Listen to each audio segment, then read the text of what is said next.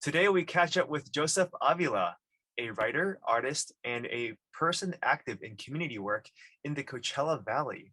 They are also a KUCR alum. Great to see you, Joseph. It's been a while. So, what kind of community work and projects have you been involved with lately? Yeah, it's been a while, Elliot, but it's good to see you too. I recently, I guess my current like job that I'm part of is I do work around mental health and behavioral health. That's what I do during the day. I run a support group for students who um, are dealing with symptoms of PTSD and substance use. So I'm a facilitator and a coordinator um, for youth throughout the Coachella Valley and also in like the mid county region, parts of like Banning, I guess. That's what I do during the day. I feel like that's community work, definitely, kind of working with the youth and helping them, kind of develop coping skills or articulate symptoms of, trauma or just learning about, having some sort of like psychoeducation. It wasn't what I studied in school, but I've always kind of did work in jobs that were like centered around the youth. So I'm lucky enough to continue to do that today. So I kind of take that as community work. But outside of that, I I also do work in the like music and art scene out here, mostly art. I am a writer since I studied, English and creative writing at UCR. I still do that, thankfully. And right now, there's a lot of new spaces that are dedicated towards writing and poetry and performance and stuff like that. So I'm also fortunate enough to be part of that community and those spaces. That's kind of what I do outside of work, but definitely a really good point in life since graduating from UCR, like, I don't know, I think it was like 6 years ago or something. Um, my day job is pretty fulfilling. Getting to work with youth is like, I couldn't ask for a better job. It's also helped to guide me where I want to go, like professionally.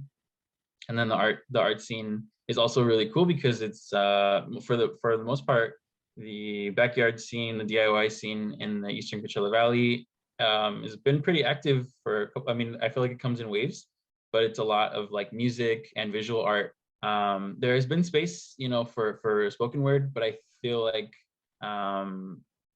this kind of new wave of it is really, I don't know, I like the energy. I like the writers. I like the sense of community around writing, and yeah, that's kind of what I do outside of work. But That's cool. No, that's yeah, cool to hear, like, being involved with like an art scene and community and stuff like that, and seeing that, the ebb and flow and stuff. But you've helped start Eastern Coachella Valley No Se Vende. What is that group about? it's uh, it's an org.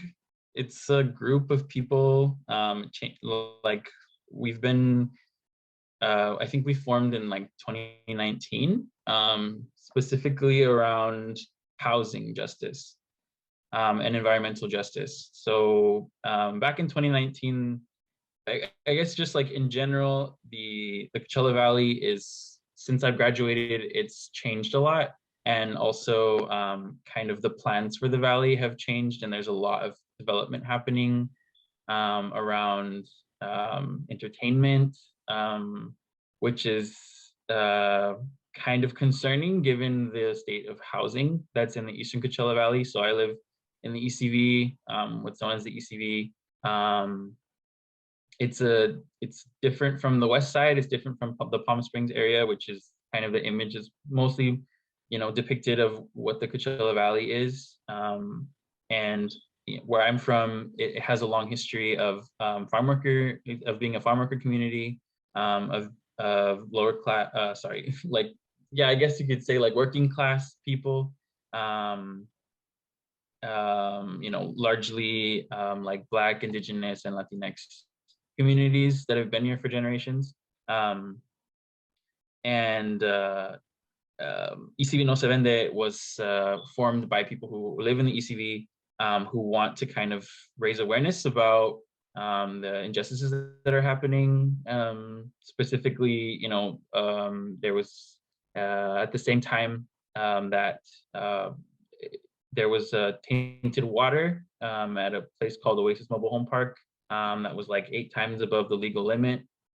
People and families, about 1,000 plus people had been living under like these kinds of conditions of, it's sad how common it is in the ECV for people to live in, substandard conditions, especially in the mobile home parks. But there's a lot of undocumented folks. There's a lot of indigenous folks from Mexico, part of the Purepecha community that live out in the Eastern Coachella Valley.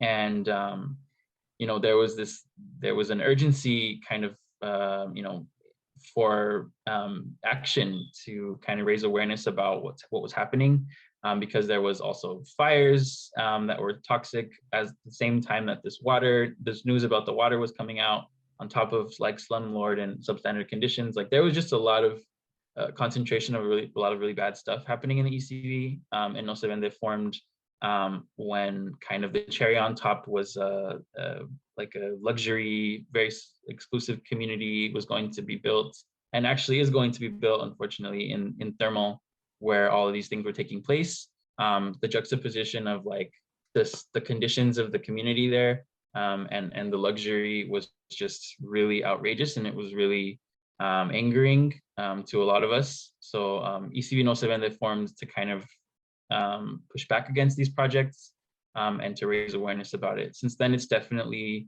expanded and changed, and I think it's really good to kind of work outside of a nonprofit space to be able to take your time and to say and do as you please, without kind of answering to funders and things like that. So ECV No Se Vende nowadays, it talks about gentrification. We try to raise awareness. We have community workshops. We've had them in the past about gentrification, what it is, what it looks like in the past in the Valley, and also just like a space for mutual aid. It's a space for queer people, queer and trans folks of the ECV to kind of come together as well and organize around things that are important to us. It's been, it's been a really good space. It's been very hard to kind of, also be part of it sometimes because of the injustice that we see and the lack of resources and the lack of action from people in power, especially in the rural area of the ECV, which is often overlooked. And, currently it's, the ECV is being looked at when it's either overlooked or it's kind of characterized as this place that's going to be the future of like luxury and entertainment and all these things that people kind of see because of Coachella Fest and because of this new hockey arena that's going to be built off the freeway, because of the lithium that's going to be mined in the Salton Sea.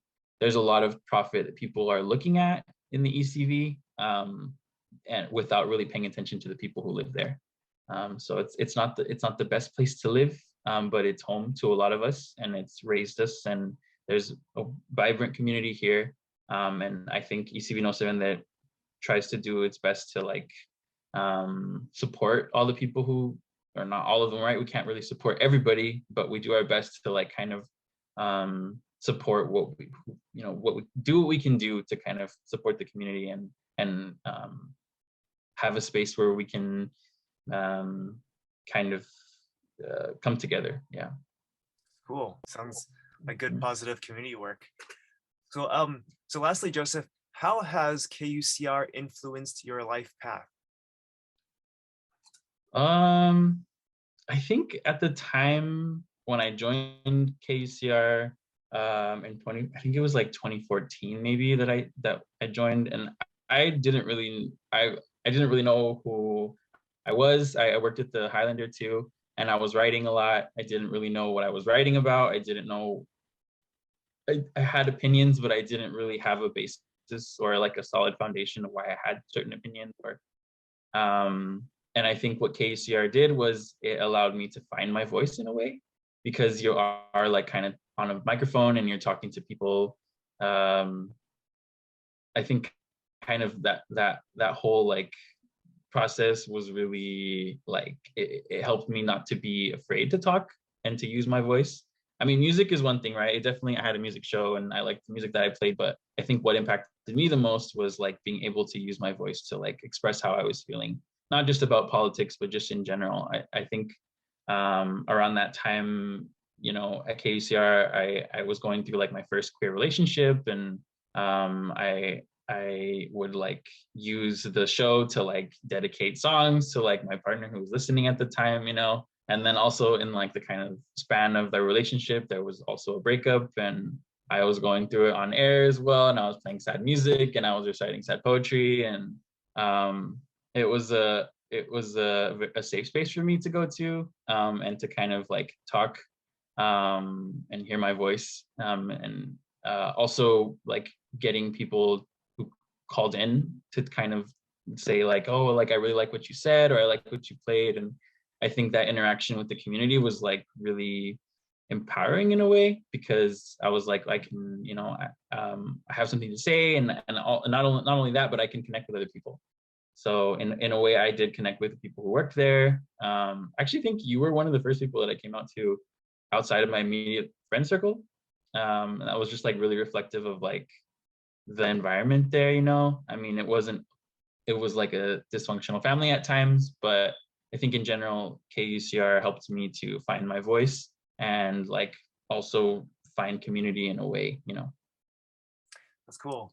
Well, thank you for sharing, Joseph. You know, it's great to see you continue to evolve and grow and be active and doing so much positive stuff in the community. So keep on doing, and I'll see you again very soon. All right. Hopefully, thank you. Thank you.